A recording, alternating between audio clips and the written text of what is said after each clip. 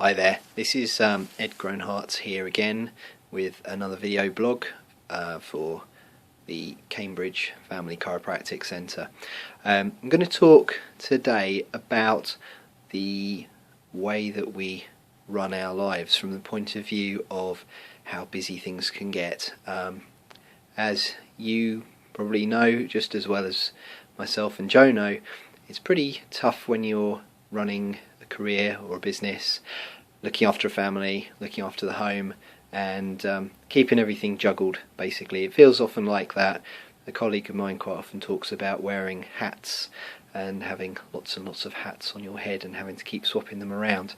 Well, we've always found that actually going back to the basics is often the best way of managing things. And by that, what I mean is, if you remember when you were back at school and things were a lot easier and a lot more simple, life was a lot more clear cut, you had a timetable.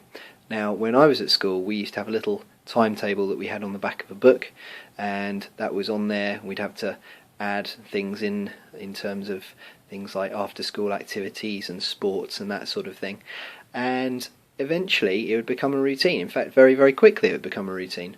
Now, routine is what builds success, and routine is what keeps us sane, to be quite honest with you. And in that case, what I would suggest doing is actually going back to that. Get a piece of paper, put down first thing, morning, afternoon, evening, last thing at night. Move that into 7 days of the week and put everything down that you do. Okay, and that may mean that you have to actually have one for you, one for your partner, even one for the kids as well, and integrate the whole thing so that you all know what you're doing at different times.